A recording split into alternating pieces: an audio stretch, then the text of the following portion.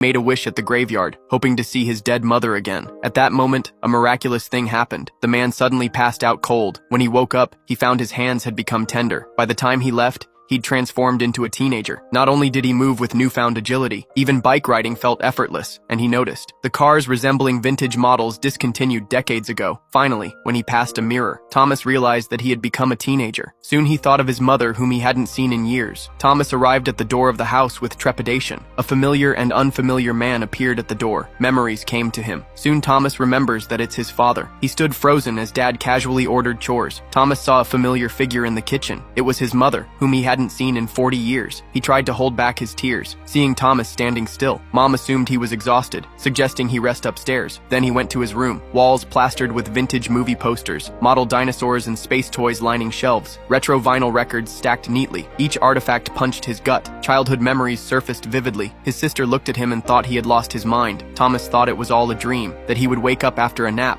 but he slept through the evening meal, only to find that his parents and sister were still with him. Thomas had a lot of questions in his head. Was it really not a dream? But he couldn't do anything about it. He could only hope that nothing strange would happen next. The next morning when he woke up, Thomas was still a young man. He stroked his beard out of habit, although he looked only 15, but he had the soul of a 50-year-old in his body. Then he went to school with his sister. At school, Thomas saw his best friend, and the girl he used to have a crush on. Although Thomas had traveled back in time, but he didn't want to chase after the girl. He just wanted to know what was going on, but he soon found out. After school, a friend invited him home to play. At his friend's house, Thomas saw a science fiction book. It was about a man who traveled back in time, and his life was changed. Thomas seemed to understand something. He immediately left his friend's house. According to the setting of the novel, he traveled back in time to change his fate, so he must have traveled back in time to change something. It occurred to him that something big was going to happen this year, when Dad would vanish without warning, abandoning them all. No explanation ever given. Thomas wanted to ask his father why he was leaving, but it would be too strange to ask now. In the end, he didn't say anything. But this time, Thomas had the mind of an adult. Soon he noticed details he hadn't noticed before.